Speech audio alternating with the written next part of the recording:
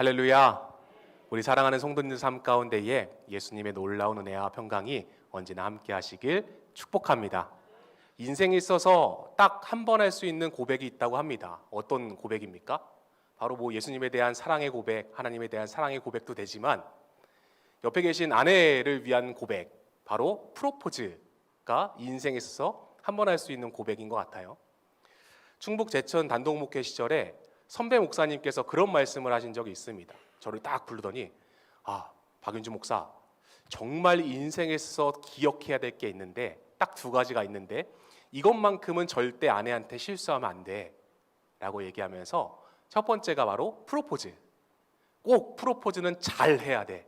안 그러면 큰일 나 라고 얘기했습니다. 그 두 번째는 아이가 출산할 때 꼭 아내 옆에 있어줘. 평생 간다 이런 얘기를 하시는 거예요. 그 뜻을 그때 당시 몰랐는데 지금 돌이켜보니까 참 좋은 선배님이다. 저의 인생을 살렸구나라는 생각을 해보게 됩니다. 충북 제천 당동목회 시절에 목사님들끼리 모여서 이제 제가 결혼하기 전이었으니까요. 야, 그때 전도사였으니까 박 전도사 일로 와봐. 프로포즈 했어? 이렇게 물어보시는 거예요. 그래서 자신 있게 네 목사님, 저는 프로포즈 이렇게 했습니다 라고 얘기하면서 저렇게 했어요. 저의 좋은 선배님의 말씀에 힘입어 프로포즈 꼭 잘해라 라고 말씀하셔서 저희 빗샘교회 아이들이 도와줘서 계단 2층이었거든요. 교회가요. 계단 올라오는 장미꽃에 촛불에 해갖고 본당을 들어오면 저렇게 하트가 있고 딱 가운데 아내를 앉히고 무릎 꿇고 나와 결혼해 줄래? 이렇게 했습니다. 네, 저기 2층에 아내가 앉아있는데 그때 기억이 나는지 모르겠네요. 저는 당당했습니다. 그래서 저 이렇게 했습니다. 사진 보여주면서 목사님들이 와 이러는 거예요.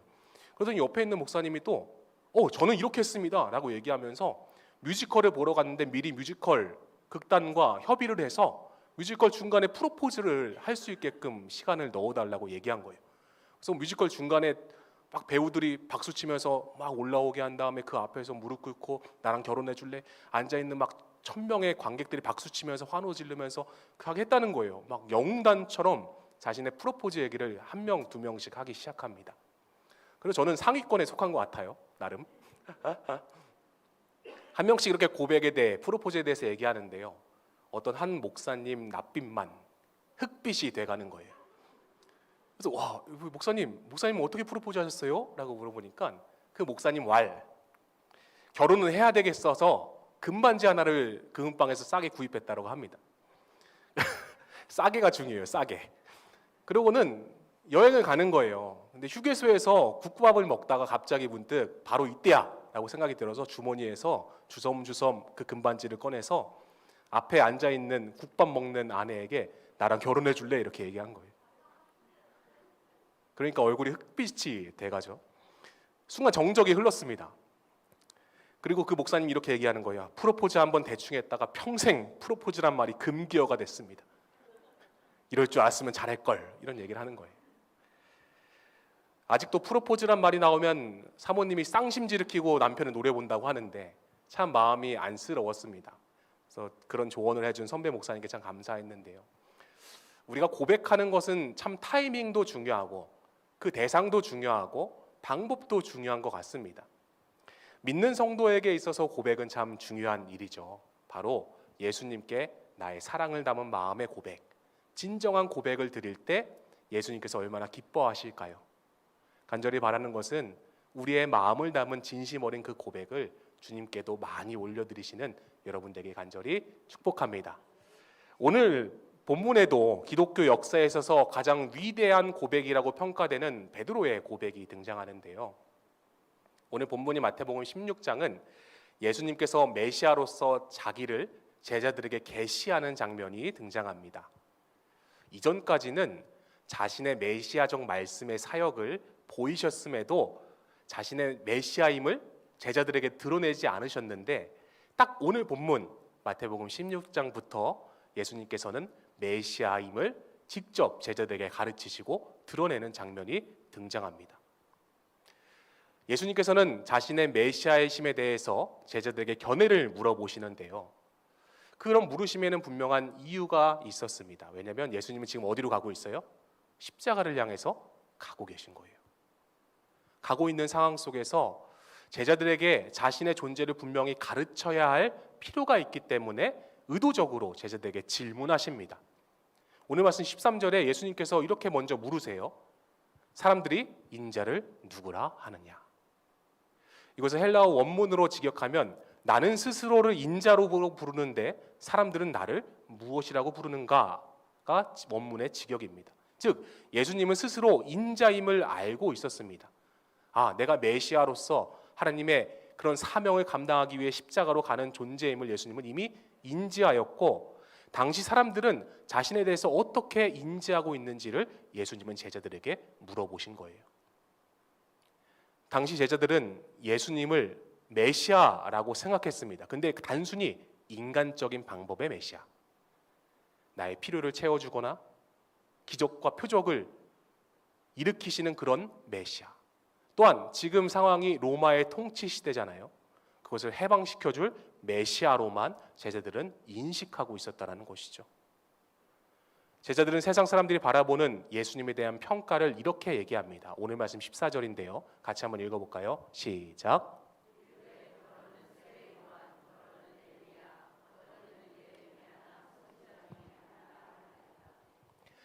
당시 예수님에 대한 많은 사람들의 반응을 제자들은 설명합니다. 세례 요한, 엘리야, 예레미야 및 선지자. 왜 예수님을 세례 요한이라고 평가했을까요? 예수님은 죽은 세례 요한과 살아있는 존재로서 동일시한 것은 예수님이 선포한 하나님의 나라 때문이었습니다. 임박한 종말을 예비하는 자로서 회개하라 라고 외치셨기 때문에 많은 사람들은 죽은 세례 요한이 바로 저 예수구나 라고 생각했던 거예요. 또 엘리야라고 생각한 것은 당시 엘리야가 메시아 시대를 준비하기 위해서 다시 올 것이다 라고 많은 사람들은 생각하고 있었던 거예요.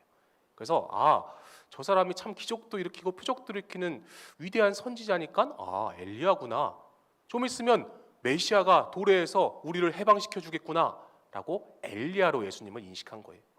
또한 예레미야 및 선지자로 인식한 것은 예레미야는 눈물의 선지자로서, 예언자로서 예루살렘의 멸망을 보며 눈물 지었고 진리를 위해 순환과 순교를 당한 인물로서 존경받는 인물이었습니다. 그 존경받는 인물이 바로 예수님이다 라고 많은 사람들이 예수님을 좋게 평가한 거예요. 대단한 평가입니다. 사실 세례 요한이다, 엘리야다, 예레미야 및 선지자다 라고 평가한 것은 그 당시 평가로서는 최고의 평가를 내린 거예요. 이런 사람들의 고백을 들은 예수님은 다음으로 제자들에게 이렇게 물으십니다. 너희는 나를 누구라고 하느냐? 이 한글 개역 성경에는 번역되지 않았는데요. 접속사 대, 그러나라는 단어가 번역되지 않았습니다. 그러나라는 단어를 사용해서 그러나 너희는 나를 누구라 하느냐? 앞에 사람들과 정반대되는 질문을 예수님께서는 대답을 요구하시는 장면이 바로 이 장면입니다. 왜 예수님은 그런 사람들의 평가와는 다른 대답을 제자들에게 요구하셨을까요?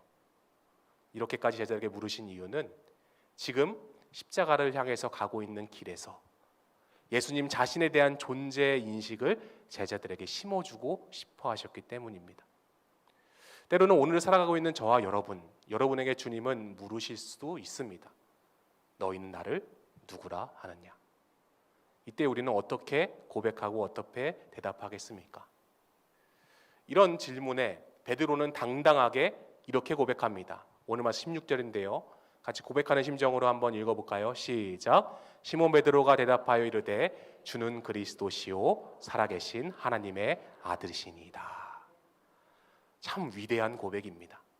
지체하지도 않고 그 다른 사람들의 생각과는 정반대되는 자신만의 고백. 주는 그리스도시요 살아계신 하나님의 아들이십니다. 하나님 나라 백성들에게 있어서 가장 중요한 출발점은 고백으로부터 시작됩니다. 저와 여러분은 다 고백이 있으십니다. 예수님에 대한 자신만의 고백이 있으시죠? 나를 만나주신 예수님, 또한 나에게 놀라운 은혜를 베풀어 주신 그 하나님에 대한 은혜의 고백을 우리 모두는 갖고 있습니다. 그 고백에 앞서서 우리 모두가 한 목소리로 외쳐야 할 고백, 그 위대한 고백이 오늘 말씀에 담겨 있다는 것입니다. 그래서 저는 오늘 말씀의 제목을 위대한 고백이라고 잡고, 이 사도 베드로가 고백한 그 위대한 고백 안에 담겨 있는 깊은 의미가 무엇인지를 함께 살펴보므로 그 고백이 우리의 고백이 되길 소원하고, 더 나아가 그 고백대로 살기 위해 몸부림치며 나아가는 저와 여러분의 삶이 되길 간절히 축원합니다. 위대한 고백 첫 번째는 주는 그리스도시라는 것입니다. 오늘 말씀 16절이에요. 시몬 베드로가 대답하여 이르되 주는 그리스도시오 라고 말씀합니다. 주는 그리스도시오라는 말은 당신이야말로 구약에 예언된 바로 그 메시아입니다 라는 표현입니다. 예수님께서 이 질문을 던진 장소가 어딘지가 참 중요한데요. 오늘 말씀 13절인데 같이 한번 읽어볼까요? 시작.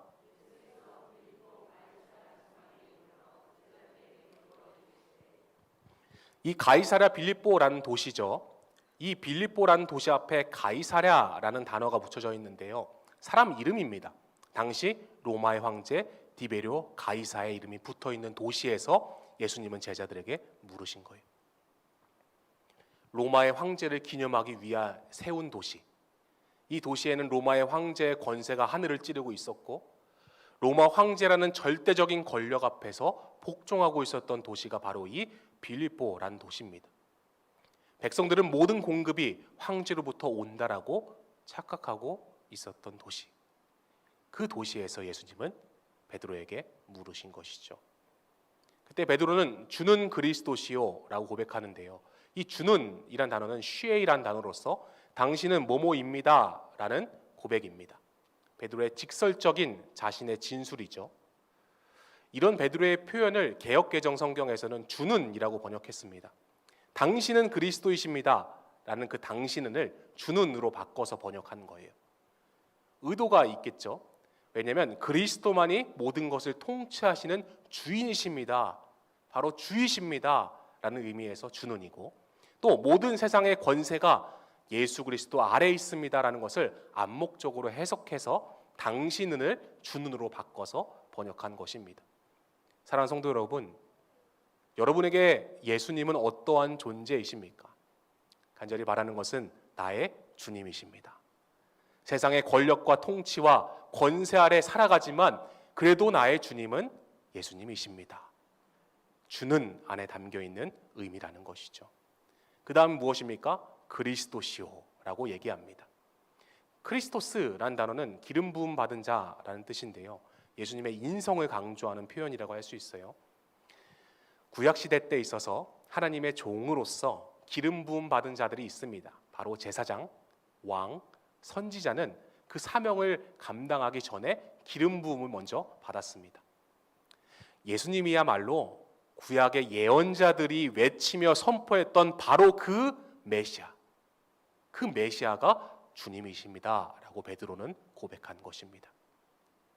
그리스도를 통해서 그동안의 모든 구약의 약속이 성취되었고, 그 약속의 주인공이 바로 당신 예수님이시고, 그 약속을 성취하실 분 역시 예수님이십니다 라는 것을 그리스도시오라는 단어 안에 담아서 베드로는 고백한 것입니다. 바로 그분이 예수님이십니다.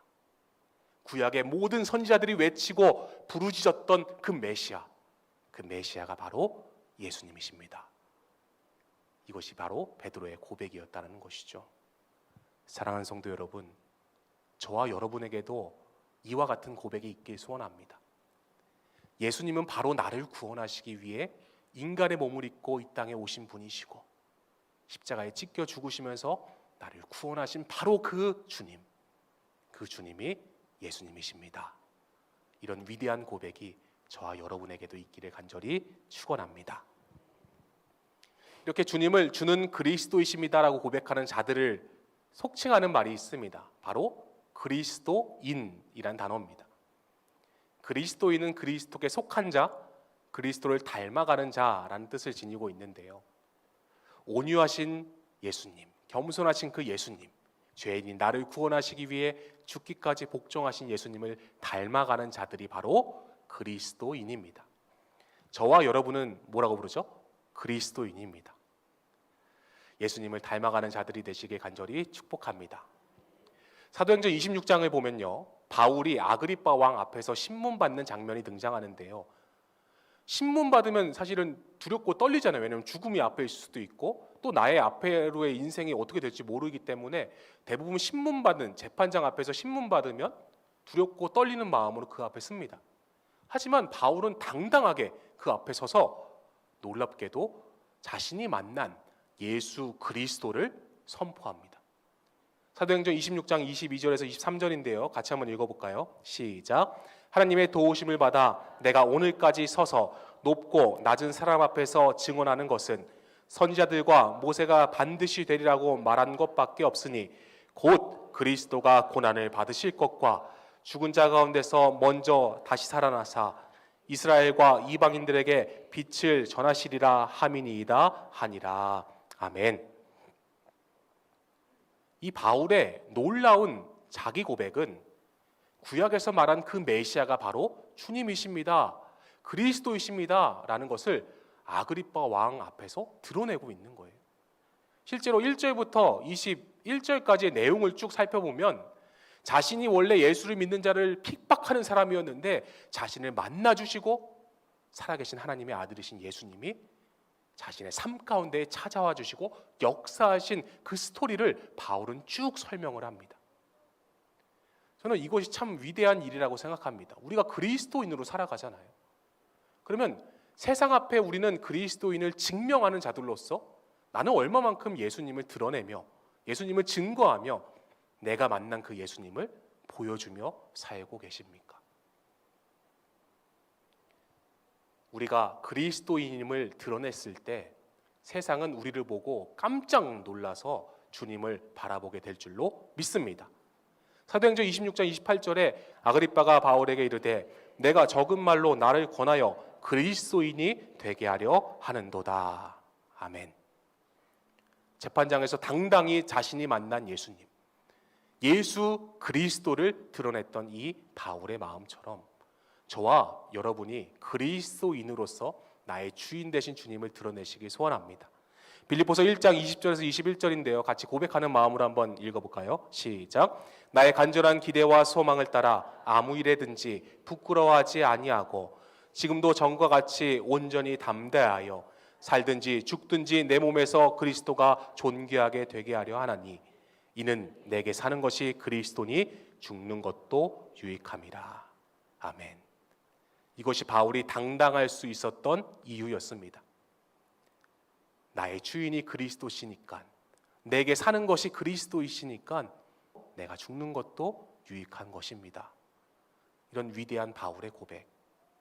간절히 바라는 것은 그리스도를 드러내고 고백한 바울과 같이, 또한 주는 그리스도시오 라고 고백한 베드로의 고백과 같이 저와 여러분 입에서 예수를 그리스도라고 고백하는 놀라운 고백이 있길 소원하고 그리스도인답게 살기 위해 노력하는 복된 여러분들 되시기 간절히 축복합니다.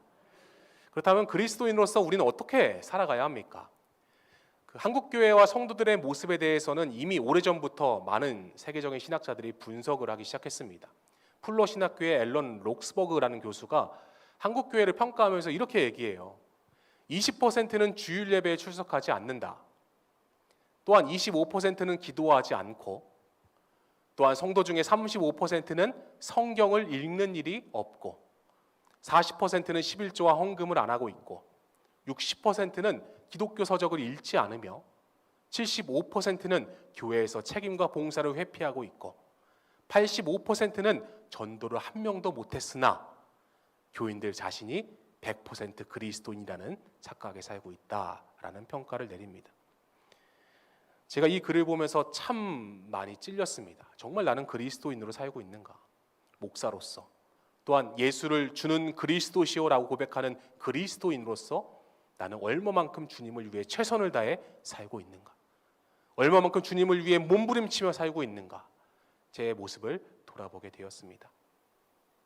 간절히 바라는 것은 여러분의 삶 가운데에 그리스도인으로 살아가기 위해 치열한 몸부림이 있기를 간절히 축복합니다. 그 치열한 몸부림 속에서 나온 그 위대한 고백, 그 고백이 얼마나 위대하겠습니까? 간절히 바라는 것은 저와 여러분 삶 가운데에 주는 그리스도시오라는 그 위대한 고백이 맺혀지길 소원하고 그 고백대로 살기 위해 몸부림치면서 예수 그리스도를 위해 살아가는 복된 여러분들의 삶이 되길 간절히 축원합니다.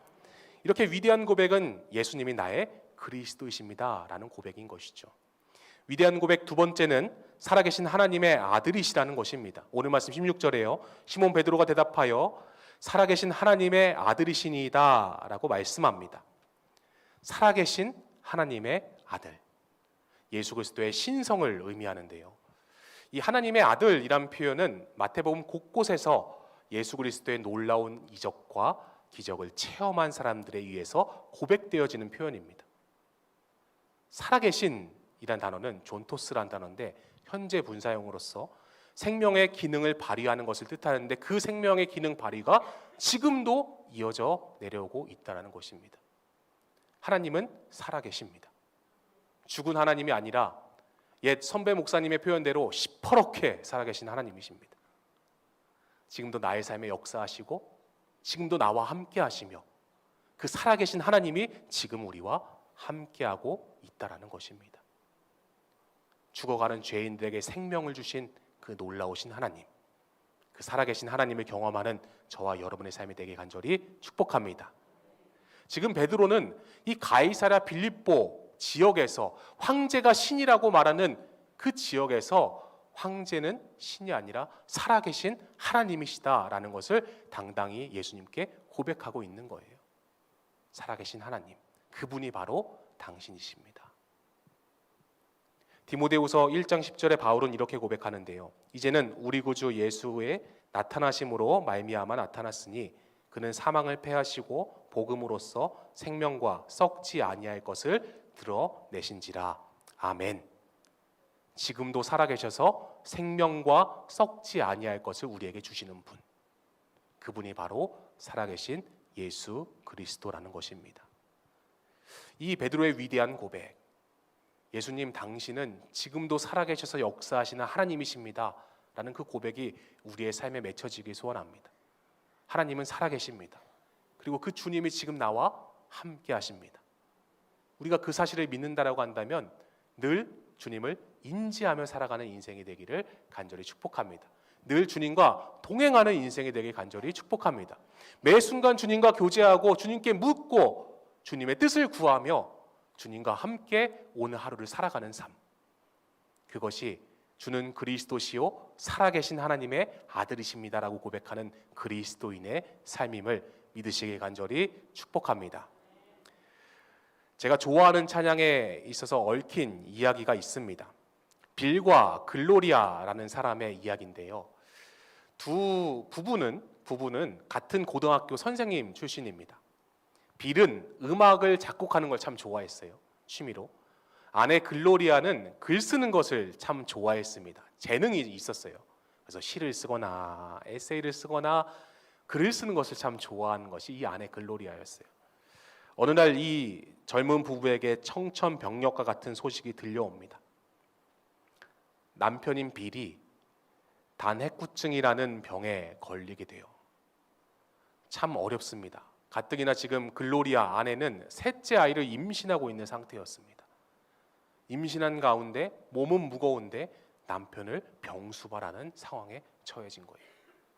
몸이 아프기 때문에 학교에도 나갈 수 없고 당장의 생계가 어려운 상황이었습니다.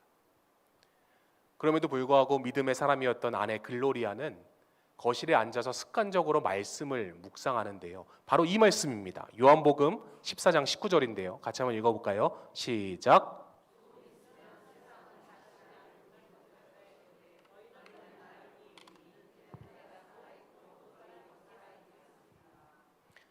이 말씀을 읽는데 가슴이 막 미어지는 거예요. 가슴이 막 뜨거워지면서 하염없이 눈물이 나오기 시작합니다. 자신을 위로하는 듯한 강력한 하나님의 임재를 경험하는데요. 그 임재는 이거였습니다. 지금 이렇게 어렵고 힘들고 눈물 나는 상황인데 그럼에도 불구하고 예수님은 지금도 살아계셔서 나와 함께 하시는구나. 내가 이렇게 좌절하거나 절망하지 않아야겠다. 형식적으로 신앙생활하는 것이 아니라 진짜 살아있는 예수님과 함께 이 고난을 이겨야겠다라는 마음이 들기 시작합니다. 그런 마음에 확신을 갖고 글을 쓰기 시작하는데요. 홀린 듯이 생각나는 마음에 감동되는 글들을 노트에 적기 시작합니다. 그리고 그 글을 손에 꽉 붙들고 남편을 향해 뛰어가는 거예요. 그러면서 이렇게 얘기합니다. 여보, 지금 살아계신 주님이 나에게 가사를 주었어요. 이제 당신이 이 가사의 곡을 만들 차례예요. 절망 가운데 빠져 있었던 빌, 육신의 연약함과 아픔, 나는 실패한 인생이라는 자기 비하에 사로잡힌 그 빌이 그 적어 내려간 글을 한 글자씩 한 글자씩 읽기 시작합니다. 그랬더니 신기하게도 그 글로리아에게 느껴졌던 그 감동이 이 빌에게도 동일하게 느껴지기 시작한 거예요. 그래, 내가 살아계신 예수님에 대해서 잊고 있었구나.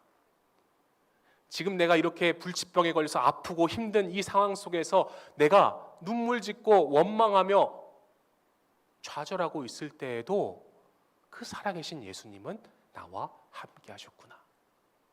그러면서 그 작사한 글에다가 작곡을 해서 노래를 붙이기 시작합니다. 바로 그 곡이 살아계신 주라는 찬양입니다. 오늘 여러분들이 신나게 박수치면서 불렀던 그 찬양이 바로 이 찬양이에요. 우리가 이 찬양의 가사를 잘 묵상하면서 이 빌과 글로리아의 마음을 한번 들여봤으면 좋겠습니다. 지금도 살아계셔서 역사하시는 하나님, 죽은 하나님, 나와 멀리 떨어져 있는 예수님이 아니라 지금도 나와 친밀하게 관계 맺고 싶어 하시고 동행하시는 그 예수님, 눈물 나는 상황 속에서, 어려움의 상황 속에서 좌절하지 않고 낭망하지 않는 이유는 살아계신 바로 그 주님이 나의 참된 소망이 되셨고 걱정 근심을 모두 가져가 주시는 전능하신 하나님이시라는 이 위대한 고백, 이 사실을 붙드시면서 살아가는 복된 여러분들 되시기 간절히 축원합니다. 이렇게 위대한 고백은 예수님이 지금도 살아계셔서 나와 함께 역사하고 계시다는 고백인 것이죠. 위대한 고백 마지막 세 번째는 그 고백 위에 교회를 세우겠다는 것입니다. 오늘 말씀 18절에요. 내가 이 반석 위에 내 교회를 세우리니 음부의 권세가 이기지 못하리라 라고 말씀합니다. 주는 그리스도시요 살아계신 하나님의 아들이십니다 라는 이 위대한 고백을 들으신 예수님이 감탄하시면서 이렇게 얘기하십니다. 17절에 예수께서 이르시되 바요나 시몬아 내가 복이 있도다. 이를 내게 알게 한 이는 혈육이 아니요 하늘에 계신 내 아버지시니라. 이 고백을 한 베드로, 인간의 혈육으로 고백한 것이 아니라 하나님께서 알려주시고 하나님께서 고백하게 하셨다라고 예수님께서는 칭찬하시면서 베드로에게 말씀하고 계십니다. 오늘 이 시간 주는 그리스도시요 살아계신 나의 하나님이십니다. 이런 고백이 있길 간절히 소원합니다. 그 고백 위에, 그 반석 위에 예수님께서는 교회를 세우겠다라고 말씀하시는데요. 반석 위에 내 교회를 세우겠다와 그 고백 위에 내 교회를 세우겠다가 어떠한 차이가 있는지 본문을 좀 더 깊게 살펴보면 그 의미를 알 수 있습니다. 오늘 말씀 18절인데요. 같이 한번 읽어볼까요? 시작. 또 내가 내게 이르노니 너는 베드로라. 내가 이 반석 위에 내 교회를 세우리니 음부의 권세가 이기지 못하리라. 잠깐 띄어놔 주실래요? 이 구절을 두고 다양한 해석들이 존재합니다. 천주교는 너는 베드로라, 내가 이 반석 위에, 그 반석을 베드로라고 해석을 해요. 그래서 실제로 1대 교황이 누구냐면 베드로입니다. 그리고 266대까지 지금 교황이 내려왔는데요. 그래서 천주교는 말하기를 예수님께서 봐봐, 이 반석 위에, 그 베드로 위에 교회를 세우겠다라고 했으니까 지금 1대 교황이 베드로니까 천주교가 진짜 예수님이 말한 교회야 라고 얘기하는 것이죠. 근데 이 주장에 대해서 많은 반박하는 신학자들의 글이 있는데요. 이 말씀을 원어인 헬라어로 보면 그 차이가 명확하게 드러납니다. 저 빨간색으로 칠해져 있는 두 부분인데 페트로스란 단어와 테스페트라라는 단어입니다. 좀 쉽게 설명드리면 베드로는 헬라어로 페트로스라 그래요. 그리고 이 반석은 페트라라고 합니다. 페트로스와 페트라가 같아야지만이 이 반석이 베드로라는 것이 증명이 되는데 두 개가 다른 단어라고 많은 학자들이 증언하고 있어요. 그 클레어먼트 신약학 박사 우진성 교수에 의하면 그 고대 헬라 시대 때 두 용어를 사용한 것을 비교해 보면 그 페트로스와 페트라가 전혀 다른 단어다라는 것을 주장하는데요. 흔히들 말하면 이 베드로, 페트로스란 단어는 큰 암석에서 떨어져 나온 돌멩이와 같은 존재, 반석이 아니라 돌멩이를 의미하는 것이죠. 실제로 요세푸스가 기록한 고대 전쟁사를 보면 로마 군인들하고 유대인들하고 싸우는데 돌멩이를 가지고 던졌다라는 내용이 등장합니다. 그러면서 그 단어가 페트로스라고 되어 있어요. 한마디로 베드로는 큰 반석이 아니라 돌멩이에요. 큰 암석에서 떨어져 나오는 조각 같은 존재가 바로 베드로라는 것입니다. 반면 페트라라는 단어는 엄청나게 큰 암석을 의미합니다. 사진 보여주시면 실제로 요르단에 가면 저렇게 큰 암석에다가 깎아갖고 도시를 건설했어요. 이게 페트라입니다.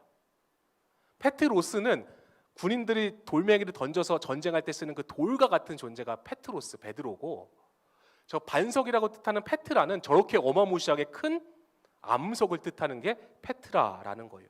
두 개는 전혀 다른 단어입니다. 그러면 예수님께서 왜 이 반석 위에 내 교회를 세우겠다, 너는 베드로라라고 얘기하셨을까요? 베드로의 고백, 주는 그리스도시요 살아계신 하나님의 아들이십니다라는 이 고백이 페트로스라는 거예요. 바로 작은 돌과 같은 존재지만 이 돌들이 모여서 반석이 되는데 그 반석 위에, 그 고백 위에 내 교회를 주님께서는 세우겠다라고 말씀하신 것입니다. 우리는 옆에 사람 한번 보실까요? 다 다르게 생겼어요, 그렇죠? 크기도 다르고 색깔도 다르고. 네, 우리가 돌이라고 했을 때 저는 좀 큰 돌 같아요, 그렇죠? 작은 돌도 있고 사람마다 다 각양각색의 돌들이 있습니다. 교회란 무엇일까요? 교회란 주는 그리스도시요 살아계신 하나님의 아들이십니다라고 고백하는 작은 돌들이 모여서 견고한 반석, 절대 흔들림 없는 사실, 절대적 진리 위에 세워진 공동체.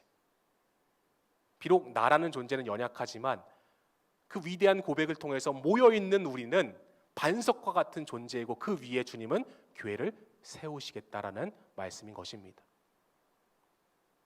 우리의 고백 위에 주님의 교회가 세워졌습니다. 우리 온누리교회 위에, 그 고백 위에 주님의 교회가 세워졌음을 믿으시길 소원합니다. 우리는 모양도 다르고 크기도 다 다릅니다. 하지만 주는 그리스도시요 살아계신 하나님의 아들이십니다 라는 그 고백이 모였을 때 절대 음부의 권세도 무너뜨리지 못하는 견고한 반석이 되어서 그 반석 위에 주님의 교회가 든든히 서갈 줄로 믿습니다.